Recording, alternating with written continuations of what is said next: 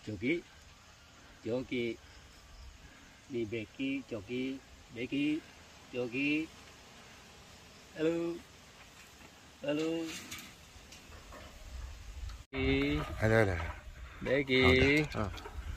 Akhirnya dapat juga permaisuri si Beruk. Nah, si Beruk Lantebah hari ini luar biasa, dia mendapatkan pasangan hidup. Si pasangan hidup ini merupakan permaisuri. Sebelum si Raja Beruk ini, dia hidup sendiri selama hampir 2 minggu. Si permaisuri datang setiap hari mengunjungi si Raja Beruk. Nah, dan akhirnya si permaisuri pun dia masuk kerangkeng, melakukan pengorbanan yang luar biasa demi mendapatkan Raja Beruk. Inilah pengorbanan seorang permaisuri kepada Raja Beruk. Bagaimana Bang Tarmidi, betul? Nah, Bang Tarmidi ahlinya. Apa itu betul permaisurinya Bang Tarmidi? Betul. Ya. Rupanya ya. Kalau Bang Tarmidi lihat ini bagaimana? Pasangannya sangat serasi ya? Ya. Nampaknya ini keturunan bule. Keturunan bulek. Warna putih. Yang negro ya? Ya. Bulek dan negro. Ya kan? Sedang proses melakukan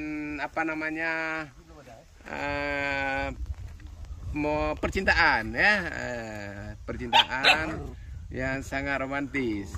Ya, inilah Bang Tar. Nah, senyum dia Bang Tar. Itu betul betina Bang Tar? Ya betul. Di mana Bang Tar tanda Bang Tar? Di mana Bang Tar tanda? Jawab jujur Bang Tar. Apa tanda? Kalau sama-sama laki, udah pasti dia bunuh tuh sama si Raja Beruk. Tapi dari segi fisik apa Bang Tar lihat? Mantar, pada punya keahlian, pada mantap pakarnya. Cemburu kali dia tuh. Ya, ini dia. Dia pikir si Raja Beruk. kita ambil untuk kita. Sama anjing marah dia.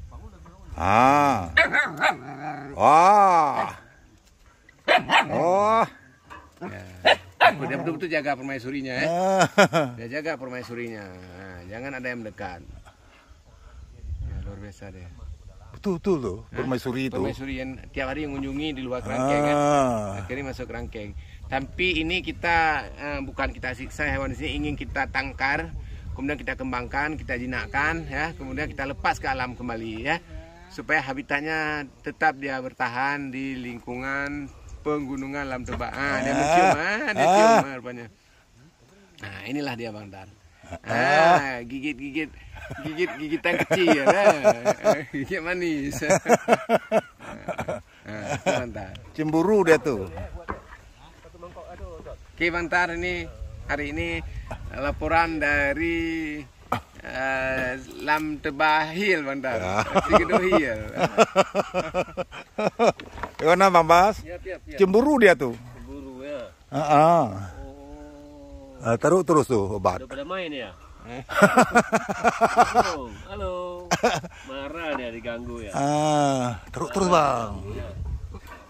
Udah terus.